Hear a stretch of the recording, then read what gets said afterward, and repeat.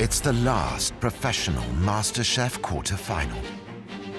These 4 talented chefs stood out in their heats. Tonight, they will face 2 challenges designed to test them even further. I do feel the stake is high, but on the other side, as a chef, I think we all love a challenge. This competition is very meaningful. It's about enjoying the ride and getting to know more about myself and getting out of my comfort zone. All these years of hard work, sacrifice, dedication, late nights, early mornings, is paid off in some respects. The competition has been intense. Total whirlwind of emotions. Now that I'm in, I'm fully in. I want to keep on going. First, they will have to devise a dish from scratch. Happy? Using an unexpected ingredient. 4 different varieties of mince for our chefs to use their culinary imagination. Before cooking for 3 of the industry's toughest critics. I could eat this all day long. It's gorgeous. Only the very best It's perfect. will make it through to knockout week. We don't want average, we don't want safe, we want our chefs to strive for perfection.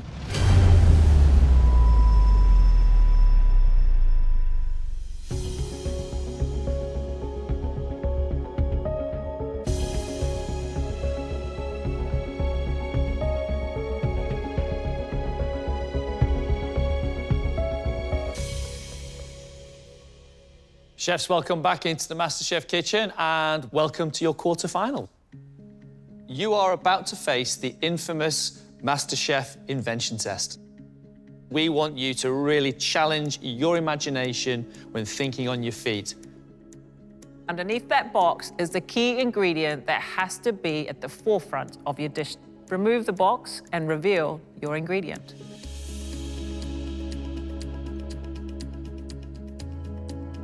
Mince. You have lamb, chicken, beef, and pork. This ingredient has to be the main focus point of your dish.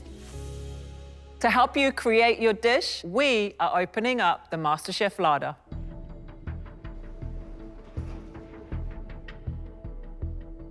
You will have 10 minutes to choose your ingredients and 70 minutes to cook and serve.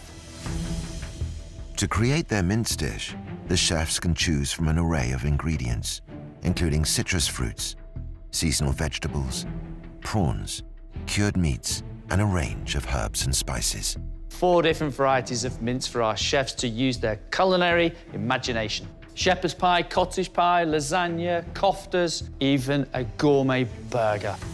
I tried to think of every possible thing that could come up, and I didn't think of mince. I wasn't expecting this for this challenge. I think I'm going to go to the Asian side. A bit nervous, as you would. Mince is a basic ingredient, but can our chefs elevate it to restaurant-quality dishes? Still a little bit undecided as to what the full plan is with the mince, but we're definitely going to get some really nice fragrant flavours in there, ginger, lemongrass, soy sauce for seasoning, and go from there. I'm thinking on doing some homemade pasta and taking up my Mediterranean roots. Chefs, 70 minutes to cook and serve your magical mince dish. Off you go.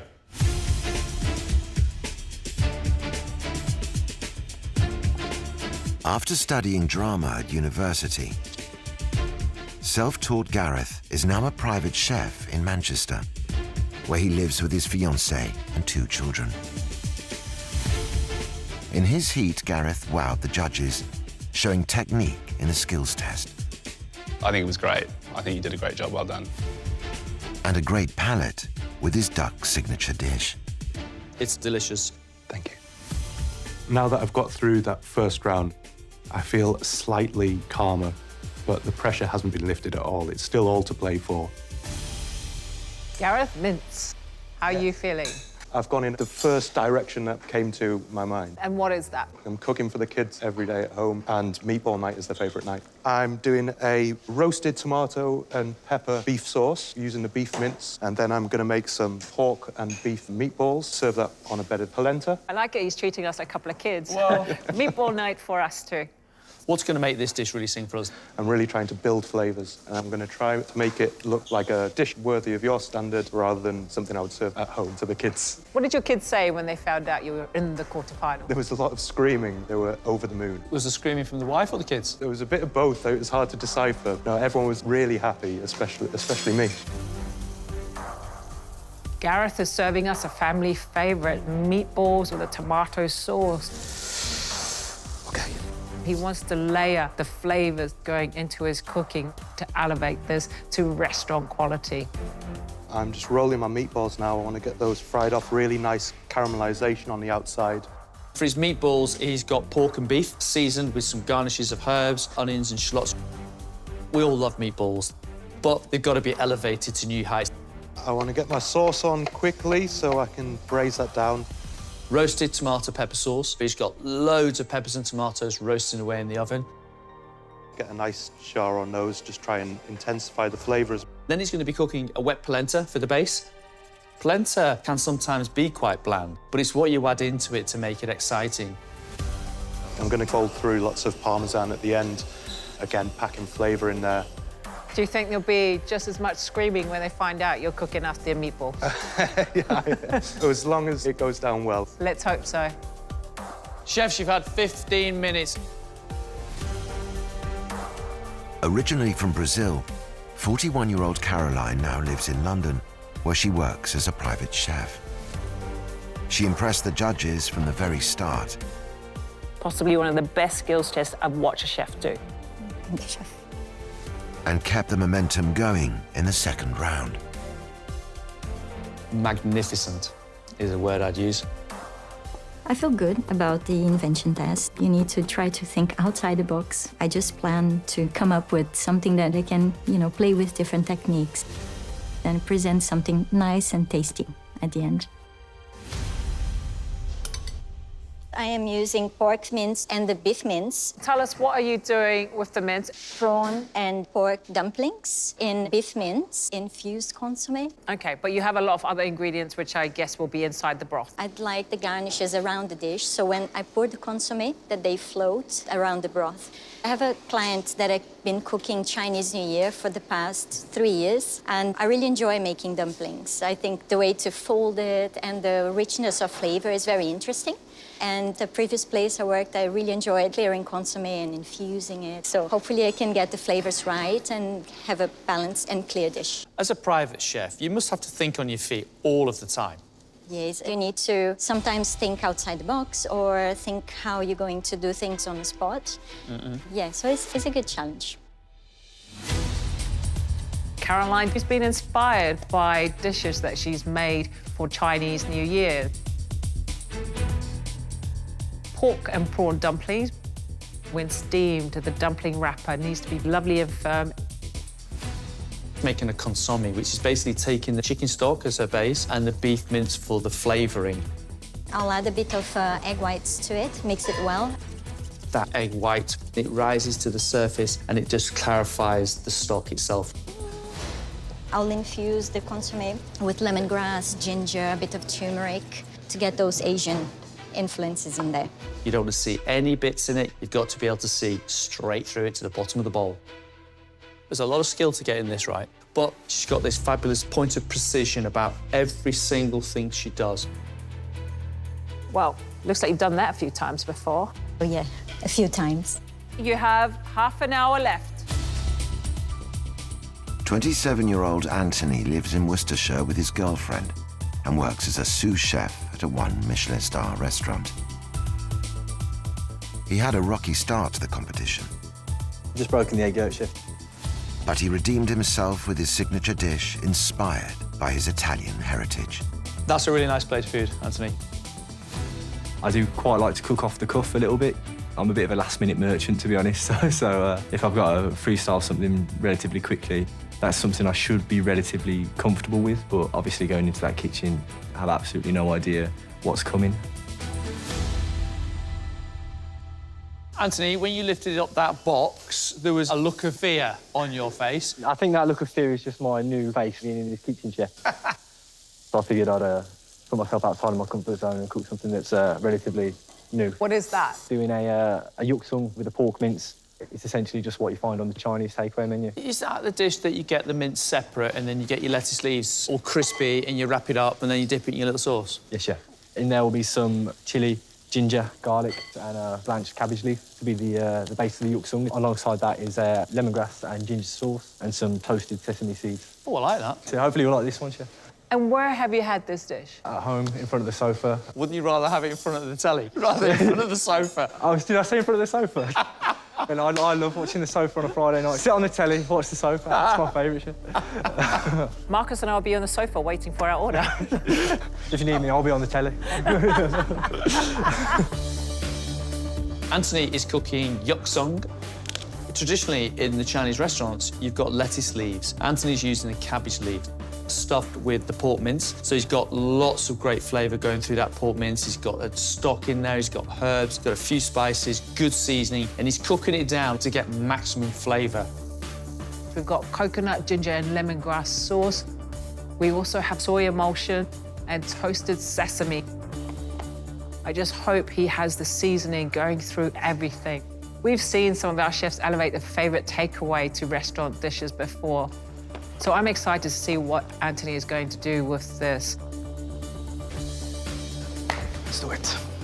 Born in Salerno in Italy, 38-year-old Giuseppe works as a head chef at a luxury restaurant hotel in London. He struggled with timing in the skills test. It's been too much of a rush, but maybe just a little bit rough around the edges. But pulled it back in the second round with an ambitious classic.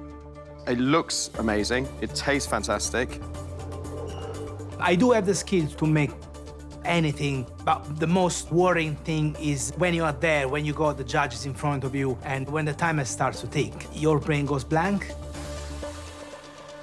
Mincemeat, a rich heritage in your cookery back home in Italy. You must have quite a few dishes up your sleeve. That's what I'm doing. I'm going back to my roots and my grandma, and I'm making some homemade pasta. I'm making some tortelloni Emiliana. Emilia-Romagna is the middle of Italy, and they make the filling with minced meat, beef with pork, a touch of lamb to give a nice taste.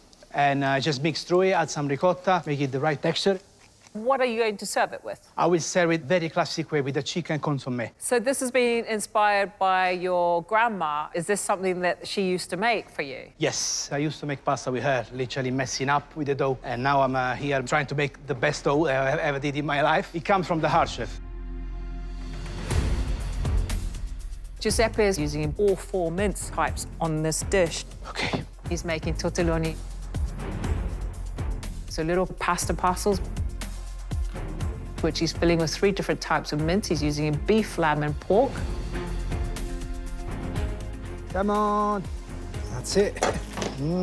It's going to be about the balance of the 3 minces, This doesn't look the best, this one. which is then going to fold over and then make them into that lovely classic tortelloni style. Breathe. Okay, I think we look quite fine. Okay, so this one is cooking. And of course, the carrying flavour is going to be the chicken consommé that sits around it. He's going to clarify that with the chicken mince to add more flavour. I will cook the tortelloni inside the stock so they get a little bit more extra taste. It's simple, it's classic, it's straightforward, but there's nowhere to hide. The pressure's certainly on in the kitchen, but you can't mess up a pasta dish. Nonna's watching. I cannot mess it up. I don't know how long is left. I don't know if I want to know. You have 10 minutes left. Yes, chef. Oui. Oui, chef. We're getting there, and I want to show them that I can give flavour. I'm gonna start my dumplings. Just need to make sure they are cooked.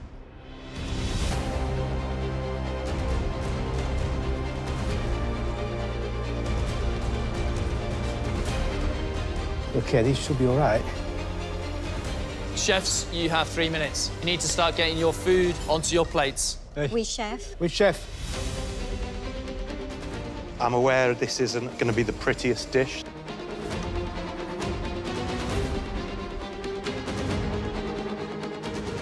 Pretty. Happy? Yeah, I'm happy with the yuk sung. The mix itself tastes good. quite happy with my tortelloni. Chef's last 60 seconds. Oui, chef. Yes, chef.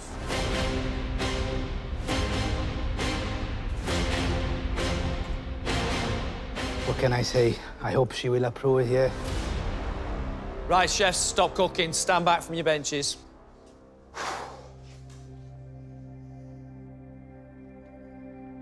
Caroline, come up and join us. Private Chef Caroline has made pork mince and prawn gyozas, served on a bed of enoki and oyster mushrooms, finished with a beef mince, turmeric, lemongrass, galangal, and ginger consommé. Wow, it's an absolute piece of art. I hope that tastes as good as it looks.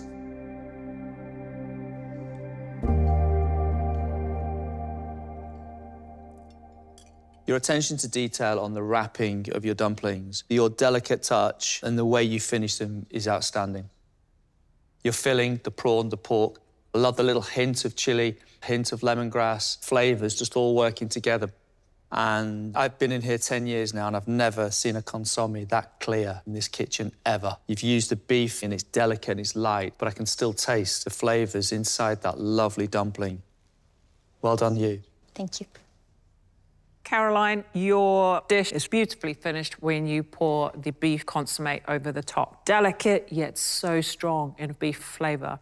And then you have the little fresh garnish of mushrooms, a bit of chili. The beef here was used mince, and even with ingredients that you wouldn't normally expect, you, as a chef, dig deep into what you know best to deliver on the day. Really enjoying this. Thanks so much, chef. Thank you.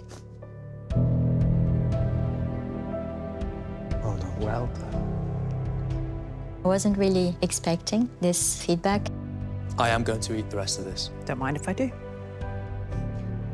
It gives me a push to carry on, to deliver the best as I can on the next challenges. Yeah, great. Anthony, come join us.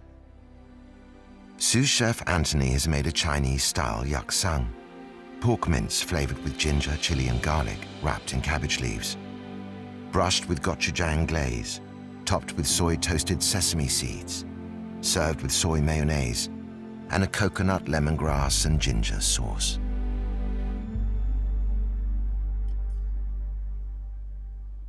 It's brave, it's bold, it's rich and full of body with the pork mince. You've got the cabbage for a bit of freshness, and then soy mayonnaise just to bring it all together. You've shown us a different side of your cookery. I think this is great. Your sauce with ginger lemongrass and the coconut is delicious. It's a great twist on your favourite takeaway. Thank you. Nice one. Well done. Nice one. Well done. Definitely felt like I was taking a risk in the spirit of trying to be inventive and innovative. I went for something that's a little bit rogue for my cooking style personally, but I'm glad it's a risk that paid off in the end. Private Chef Gareth has made pork and beef mince meatballs, with a beef mince, roasted tomato and red pepper ragu, served on a Parmesan polenta, and topped with crispy shallots and a pangrattato. Gareth, you made us meatballs. You've packed it with herbs and flavours. You've got spices running through the beef. The polenta is soft. There are great restaurants that serve this type of food. Rustic, but delicious. All I'm missing is a chunky piece of bread to finish this with. You're gonna have to up the recipe at home for the kids now. I'll try my best, chef. Thank you.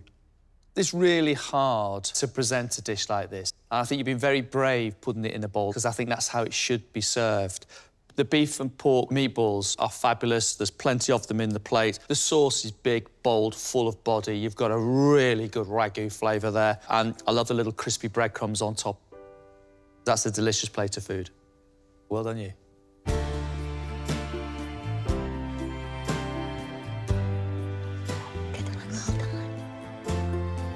Over the moon, I feel a bit emotional about it. Never thought I'd get emotional over a meatball. It wasn't the most creative, it wasn't the prettiest, but I think I put up something that was true to me, and I cooked from the heart. Head chef Giuseppe has made a tortelloni filled with beef, lamb and pork mince, and pancetta and ricotta. Served with a chicken mince veloute, finished with basil oil and toasted pine nuts. Chicken veloute. So I thought you were making a broth. Oui, chef. I was going to make chicken consommé, and then I decided to make chicken veloute to give it a little bit more texture to it. Okay.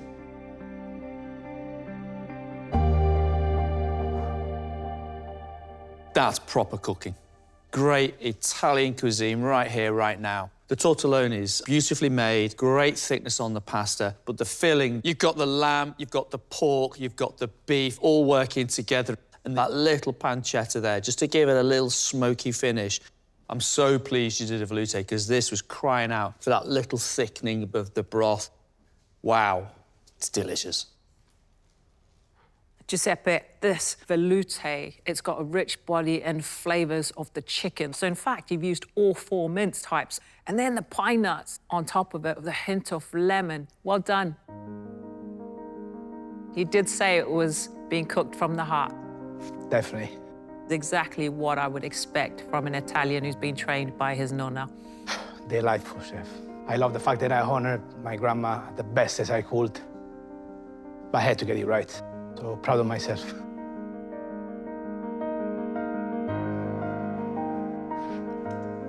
I love the comments. It comes from my roots. It comes from my heart. It comes from my family. Definitely will take these comments with me as far as I will go and for my whole life, to be fair.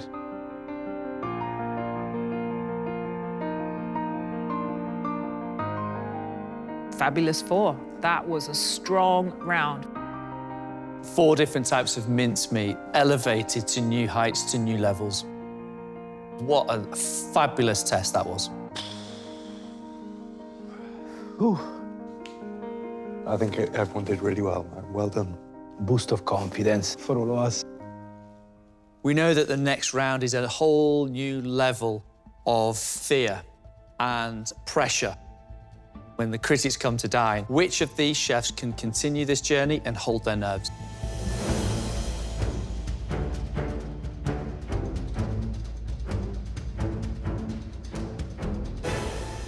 Chefs, this is your critics round, one of the hardest challenges in the MasterChef kitchen. You're going to be cooking for restaurateur April Jackson and leading food critics William Sitwell and Tom Parker Bowles. They know their stuff. At the end of this, we're going to be losing one of you. You have 1 hour and 15 minutes to cook 2 courses that will keep you in this competition. Off you go, and good luck.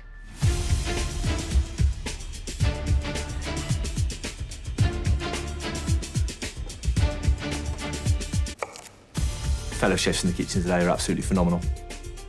I saw that in the previous round. The standard of cooking was absolutely immense. But you know, that's just motivates me further to ensure that I really bring it. Anthony, have you cooked for critics before? It's a restaurant, yeah, you know, I've had critics, but it's never a critiquing my food. It's the restaurants. This is the first time I'm showcasing my cooking. So to start, we've got a pearl barley risotto, serving that with a nicely roasted king oyster mushroom, and with that is really intense aerated Parmesan sauce. So, bit of Italian heritage in your cooking? Yes, absolutely. I love risotto. When thinking about delivering big flavour in a relatively simple element, I feel like risotto is a brilliant way to go. And then for the main course, we've got a pan-fried piece of halibut with a burn noisette hollandaise, some langoustine tails, fennel jam, Jersey Royals cooked in a dashi stock. And is there anything in the 2 dishes that concern you? It'd be an absolute nightmare if you were to split a hollandaise for a group of critics, so that's definitely one that I need to focus on. Anthony's making a pearl barley risotto. We have white wine and Madeira going in there. Pearl barley has a lovely texture to it, but also it needs to stay moist. It can dry out, so just like a normal risotto, you've got to keep an eye out. Anthony's main dish, halibut's got a lovely bit of fat, great for pan frying and holds its moisture, so under the pressure of critics, it's the perfect white fish. We've got dashi glazed Jersey Royals. Anthony is cooking them in a dashi stock. It's really going to impart a really nice, rich umami flavour. This is for the fennel jam for the main course. Be blitzed up to get that jam texture to it. So be sweetness, hopefully a bit of sharpness going through it as well. We don't want this to be all sweet. Is it jamming? It's getting there. It might just need a touch more liquid to cook down. He's peeled the langoustines, he's putting the shells into the butter. He's going to turn into brown butter to make his hollandaise sauce. The hollandaise is not only going to have the nutty flavour of the butter, it's also going to have a little hint of the langoustine as well. That hollandaise has got to get it right first time. Don't overheat it, you can't afford for it to split. I'm pushing quite a lot. Go hard or go home.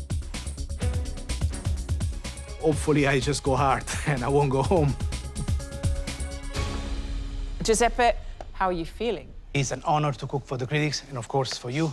I'm cooking a duck breast with an earthy allotment. What's an earthy allotment? I will do some soil made with pumpernickel bread. I will dehydrate it into the dehydrator, and then it's full of baby candy beetroot, baby golden beetroot. There's some celiac puree to it, and beetroot gel, duck fat potato, and port wine jus.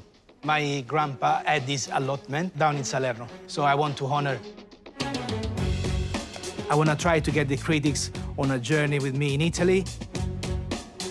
Giuseppe's got duck breasts. Render the fat down into the oven, allow it to rest before it gets cut. You don't want the blood to run out. Come on. Port sauce, classically made with shallots, hard herbs, garlic, and then obviously your port reduction. So you're going to get that lovely port sweet flavour. It's cooking, fantastic.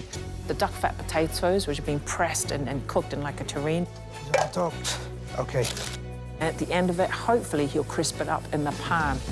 We've got this earthy allotment, which is basically a pumpernickel, red soil, almost like a crumble. That gives you the resemblance of what soil looks like. We've got roasted beetroots, we've got beetroot gel. There's going to be celery puree for nuttiness. Oh. Carrots, carrot tops. Okay, that's done. He's got a lot of work. There's a huge amount of elements. Giuseppe, you're doing dessert? Yes, chef. I will be basil panna cotta with lemon gel and olive oil shortbread. I'm trying to take some of the best ingredients from southern Italy. The panna cotta, is that set in a mould, or is it going to be just turned out? So is it wobbly? I set the panna cotta in a plate to speed up a little bit the process. Hopefully I get this wobbly feeling. Well, I hope so. You're Italian. You should do. I should, chef. I cannot fade it. You can't mess up a panna cotta. Yeah, you're right. With the panna cotta, there's quite a few different processes to get the basil flavour. Okay, great. And Giuseppe's blanching the basil first and cooling it down. That's to retain the colour. Come on, baby. That's the key. If you don't do that, it'll go black. I must get it right. It's fine. And then he's going to infuse the basil into the milk for the flavour and to retain that lovely green colour. Don't be messy, don't be messy. Even though it's set in the bowl, it's still got to be able to have that magic wobble. It's an Italian classic, so I expect it to be perfect. Giuseppe! Giuseppe! Yeah? Do you know your blast chiller's on freeze? Yes, chef, I know that. But your panna cottas are frozen. They're frozen? Did you mean to have it on frozen? Yeah, because I want to then give a blast and then transfer to the fridge. OK, let's go. Thank you, chef. It's all right.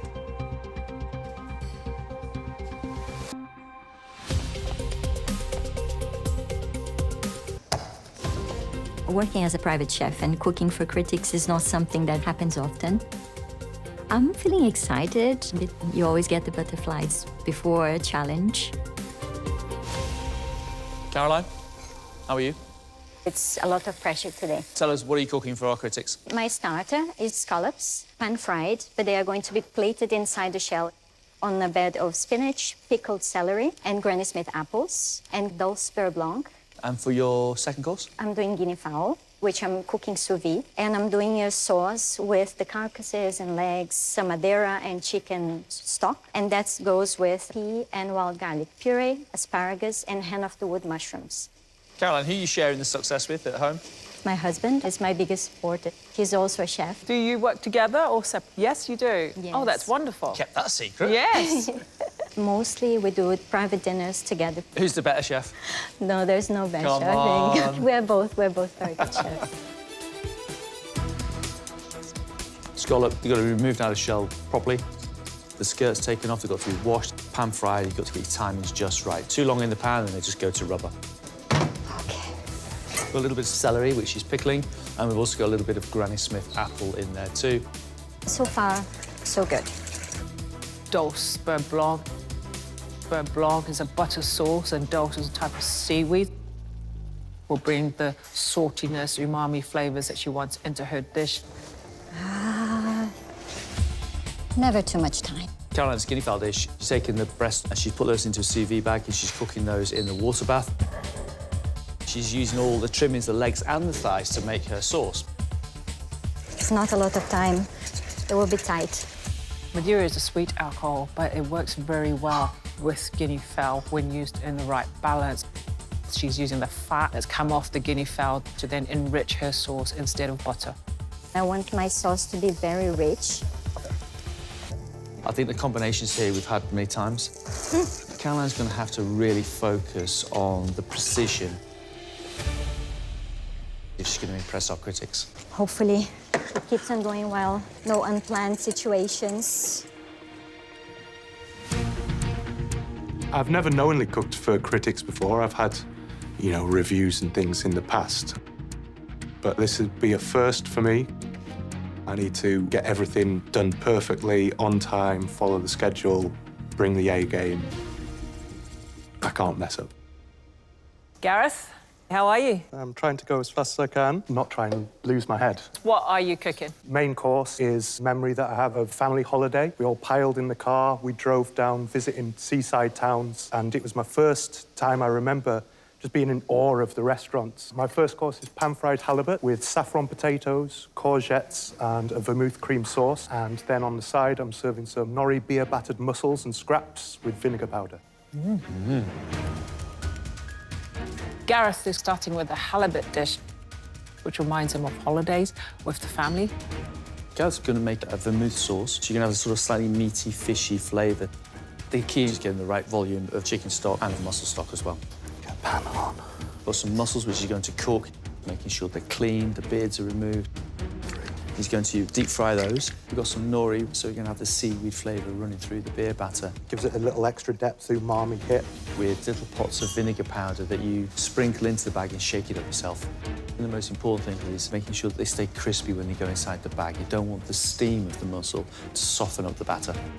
And then lots of scraps. Scraps up north is the best bit of the chippy. It's all the little crispy bits of batter that get left over. Back in my day, you used to get them for free. Yeah, I love them. Got courgettes and potatoes with saffron. Big flavour, a dominant flavour, so you have to be very careful how you use it, but I still want to be able to taste it. For dessert, I'm doing a dark chocolate delice with peanut butter mousse, whiskey gel. On very, very rare occasions, when the kids have gone to bed and my partner's had an early night and all my prep is done, I like to pour myself a small whiskey. I have a secret stash of chocolate peanut butter cups, and I like to just sit in silence and just appreciate the quiet. And I've tried to just capture that moment on a plate. All right, a lot of work. Yes, Chef. I hope you get it all done. Me too. Thank you. Thanks, Gareth. Thank you. The chocolate delice is a sauce on glaze, so it's almost like the base of an ice cream. And then you're going to pour that over the chocolate, let the chocolate melt, put it into a tray and set it into the fridge. That delice, you have to be able to get a spoon through it like it's butter, just set and dense. Peanut butter mousse, the key is making sure that it has the great flavour of peanut. Interesting, because you've got a delice and then you've got a mousse as well.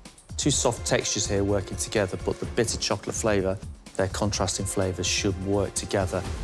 Whiskey gel, you don't want to mess too much with the flavour of the whiskey. You want to get the notes of the alcohol through that. It's going to cut through the richness and the sweetness of this dessert.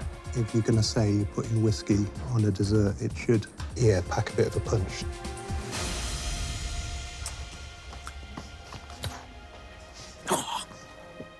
Yeah, that's a punch. What I want to see is a graceful ability to turn Mother Nature's best produce into something divine.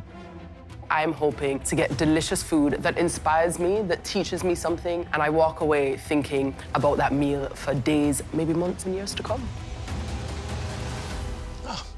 I don't want the usual boring fine dining.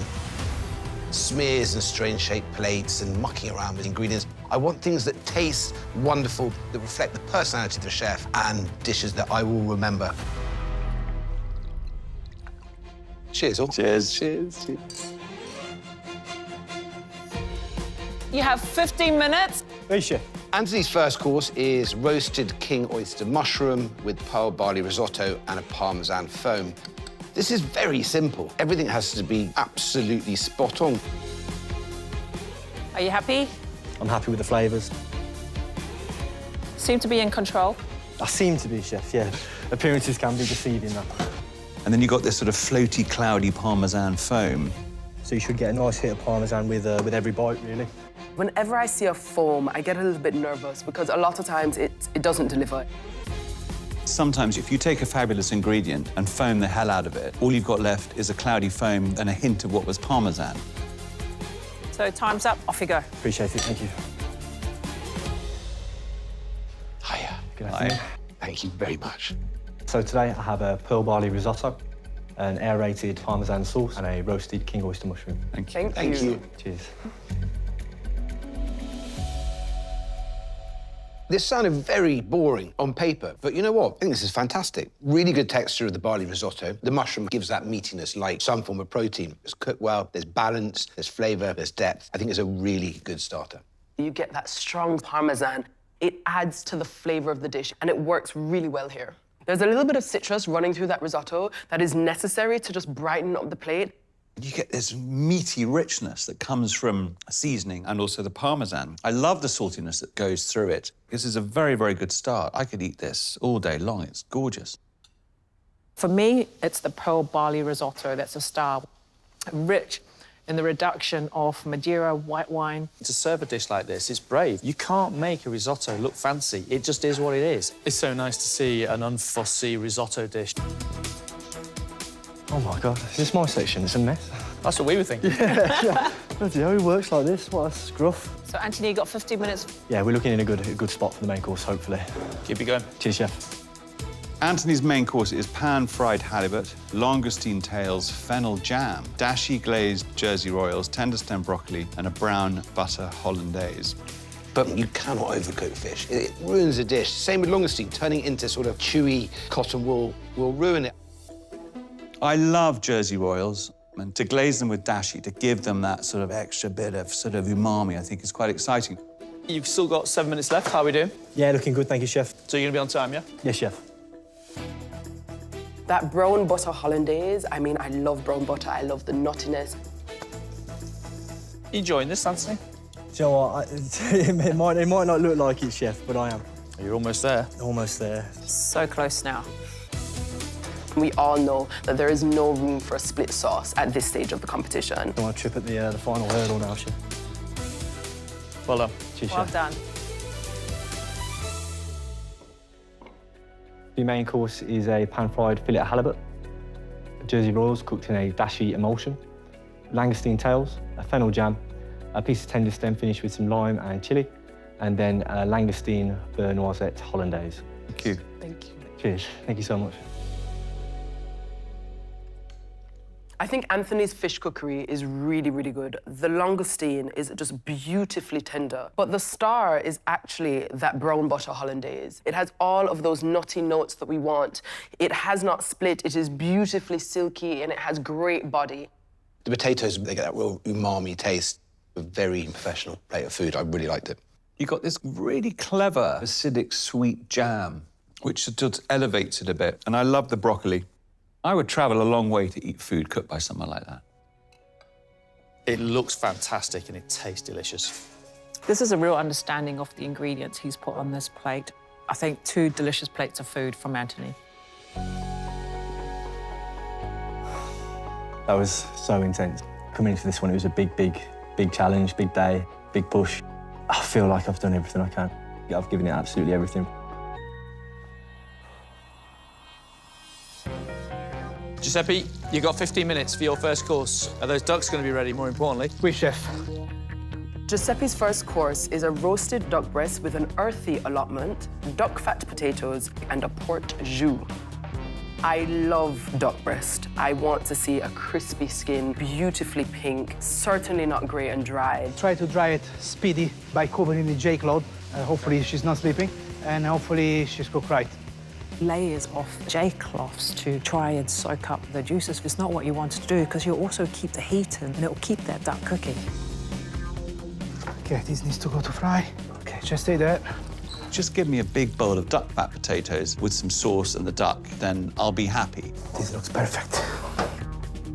You have 3 minutes. Oui, chef. The bread soil worries me a little because I feel as though it might be a step too far. So I better speed up a little bit. Right, Giuseppe, you've got about a minute left. Yes. Moment of the truth. Let's go. Thank you. So today for you, I cook a duck breast with beetroot gel and an earthy allotment. We got celery puree, golden beetroot, candy beetroot roasted. We have some baby carrots, blackberry pickle, wilted white garlic, and porsche. Thanks. There's an enormous amount of effort that's gone into producing this, but my eyes are drawn to my duck, which looks slightly overcooked, and I'm not sure the skin is crisp enough. That port jus is absolutely amazing. And his little potato is crunchy, beautifully butter on the outside. Unfortunately, the duck is overcooked, the skin isn't crispy, and the bread soil is very chewy. What I'm not getting is the beauty of the earthy allotment. I mean, these tiny bits of gel, and they're perfectly well-made gels and the purees and the rest of it, but the star of this dish should be the duck. I feel bad for Giuseppe because I don't think that this is the experience he wanted us to have. The duck, he puts the little cloths on top, which has drawn all of the flavour and the blood out of the duck, so it's almost dry. The potato beautifully cooked in duck fat. We have the celery puree, which is smooth, it's creamy. But I feel that the dish is being stylized so much that we've lost the heart of it. Oh my God. Giuseppe's dessert is basil panna cotta, lemon gel, and an olive oil shortbread. How are they? Did you save them on time? I said them literally right on time, I think, chef. Will the panna cotta have a wobble? Is there a wobble or is that you wobbly? It's all right, chef. Will it be light and fluffy and bouncy? They need to wobble, not your hands. Basil, quite a one-note herb and can be overwhelming. Olive shortbread, I love the sound of. I want it to be crumbly, buttery, and have a nice saltiness that could really balance well. The lemon gel's got to be really acidic to sort of lift up. How long do I have? You've got 2 minutes left. Looks pretty. Thank you very much, chef. You've got the right amount of wobble. I think so, chef. So olive oil, and then you're good to go. Okay. Okay. Let's go. Thank you. This is a basil panna cotta with a lemon gel and olive oil shortbread. Hope you enjoy. Thank you. It looks beautiful, but unfortunately, it's too firm. He's used too much gelatin, and it's overset. The basil's way too herbaceous. The lemon, whilst I love the concept of bringing that citrus freshness to the plate, it almost tastes like it's lemon concentrate. The shortbread, because it's crumbed, you then don't get the effect of the texture comparison between the panna cotta and the biscuit. It doesn't have enough salt in. The best shortbread has a good bit of salt in it to balance.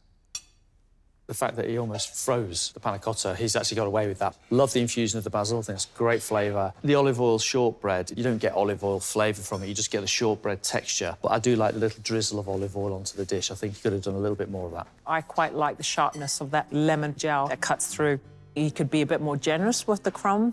This dessert, it's not blowing me away. Overall, I'm satisfied. Oh, gosh. Big concern about the duck. I went literally on the edge. Hopefully, it was okay.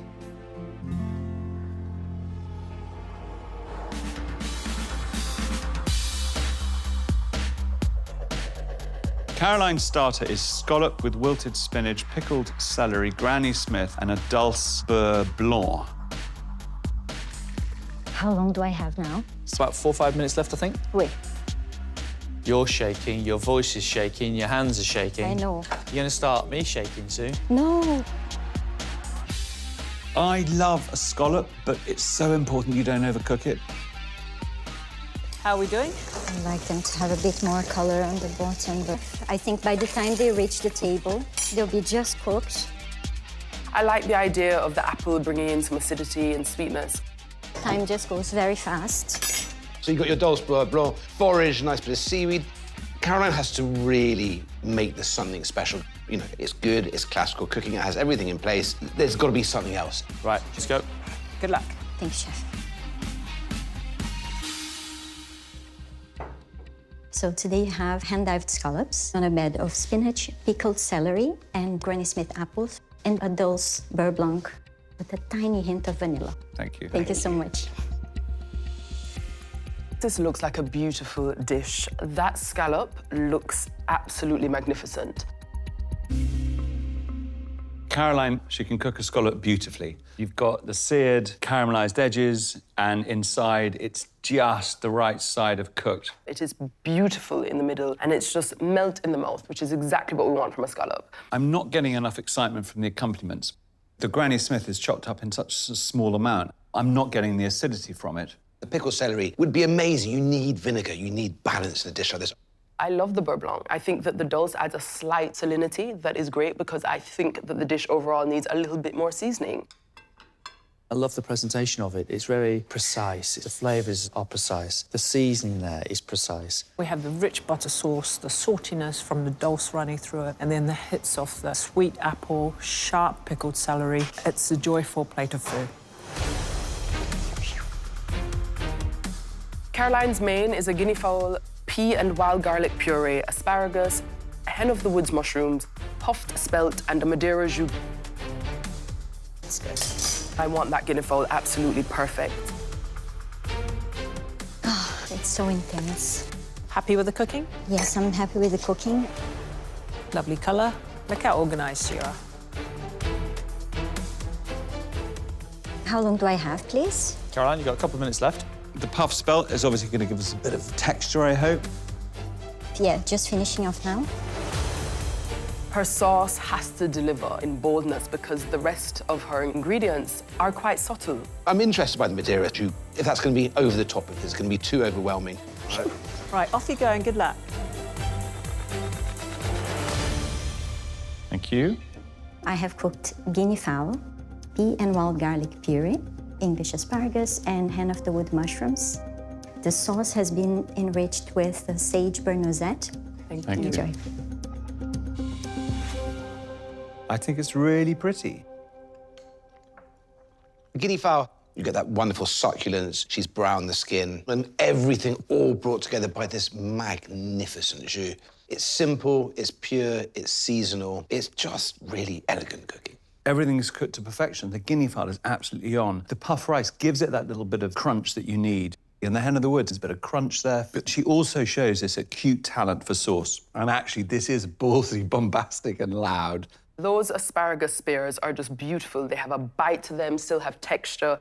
I love this delicious sauce. It glistens on the plate, and immediately you know that she knows what she's doing.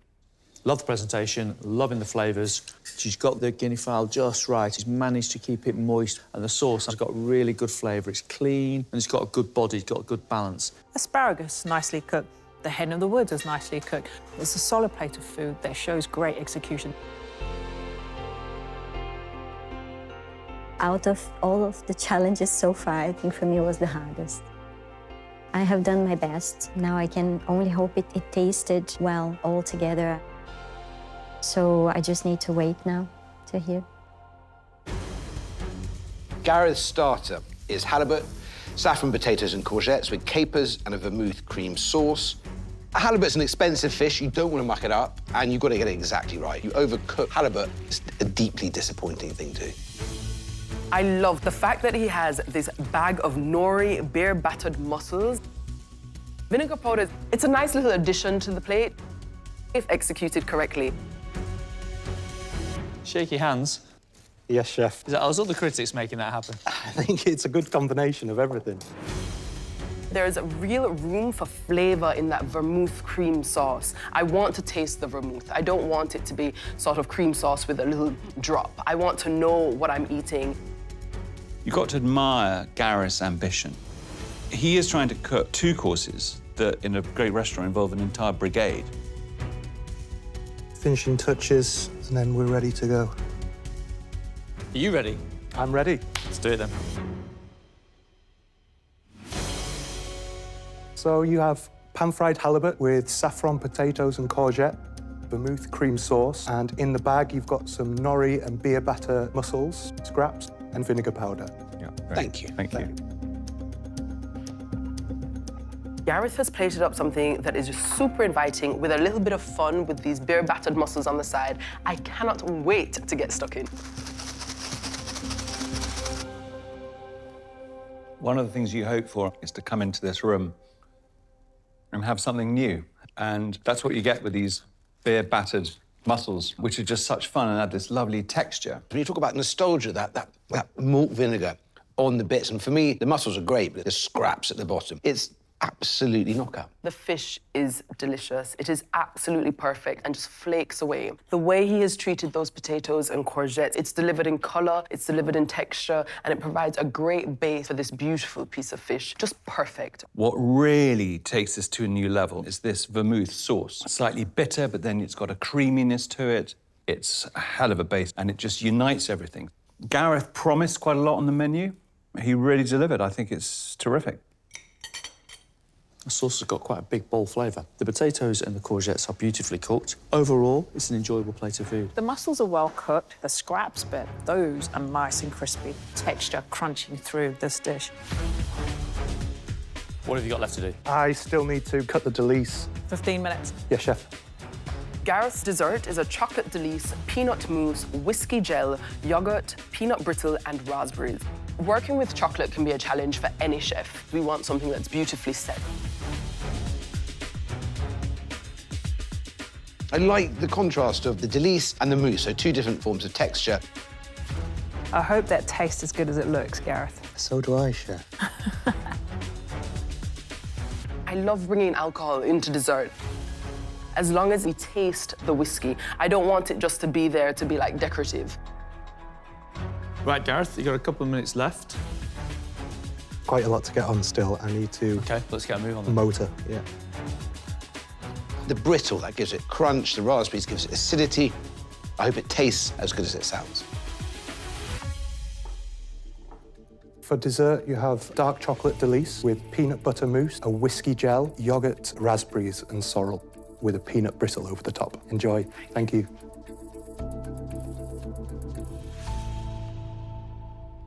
I really love a bitter chocolate, so that to me is really delicious. The whipped yogurt I really like. There's a freshness to it, and there's nothing wrong with that peanut mousse. The brittle is providing a lovely texture. It does have that caramelization, but the whiskey gel is the most overpowering element to this entire dessert. I think if you take the whiskey gel off of the plate, it's a little bit easier to eat, because when you get that hit of alcohol, you're almost not sure where else to go. I love the idea. It read really well all the things we love, chocolate and peanut, the yogurt, the raspberry. It sounded great. But I agree, that whiskey, it just didn't work. Wow. I don't think I've ever tasted anything that strong.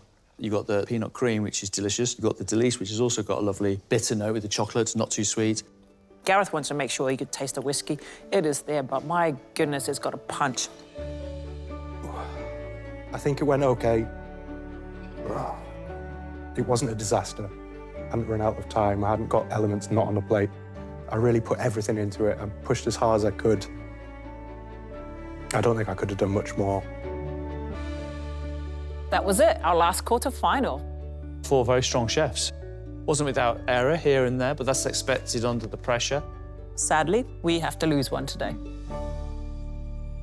I think there's one chef here that really did stand out in this kitchen today, and that was Anthony. That pearl barley risotto is the best one I've had in this kitchen. And his halibut main course nailed it on every part. The hollandaise was fabulous. Our critics really impressed with him, and he deserves a place in our knockout week. That leaves us Giuseppe, Caroline, and Gareth to discuss. All 3 of these chefs have shown us great potential, but we have to lose one of them. Caroline's 2 dishes were beautifully executed. There was precision in the cookery. I did enjoy the flavours of the scallop. However, the critics, I think, were a bit underwhelmed with Caroline's starter. The main course, the guinea fowl, everything was cooked very well. The Madeira sauce was wonderful. I liked the guinea fowl as well. I thought the flavours were clean. It was good, strong cookery. I think Gareth certainly pushed hard today.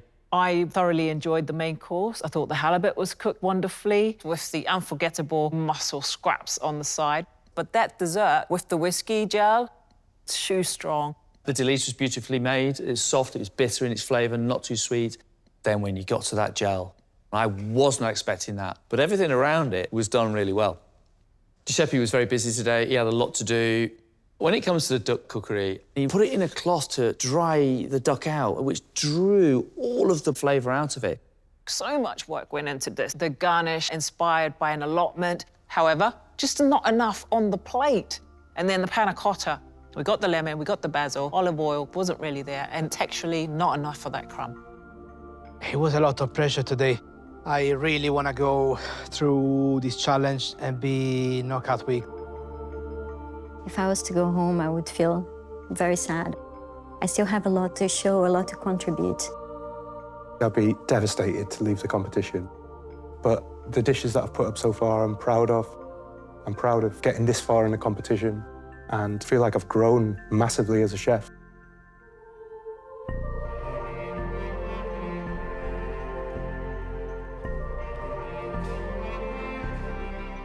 Chefs, 2 tough challenges, and you delivered on both occasions. However, we have to lose one of you. The chef leaving the competition is...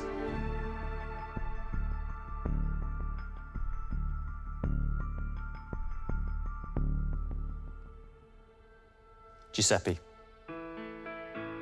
Giuseppe, thank you so much. It's been a great journey. Please keep it up. Thank you, Giuseppe. Take care. Obviously, sad leaving. It's been such a fantastic, different experience. I'm proud of myself because I did go out my comfort zone. If I would have gone a little bit more in the competition, I would have been even more proud of myself. But all the 3 chefs were very strong. I really wish them the best. Congratulations. You 3 complete our knockout week. Well done, mate. Well done. Congratulations. Well done. Well done. Every time I step into this kitchen, you know, the nerves are there, but my confidence is growing, and especially off the back of today. It's a really big boost. Hopefully be able to, perform to a similar level next time. It was a very tough one today. There was a lot of pressure. Now I feel much better, much eased into it, ready for the next challenge, of course. I'm going to try and just keep on going and do what I'm doing, cook from the heart. I can't wait to ring home and tell my family I'm proper buzzing. I'm over the moon.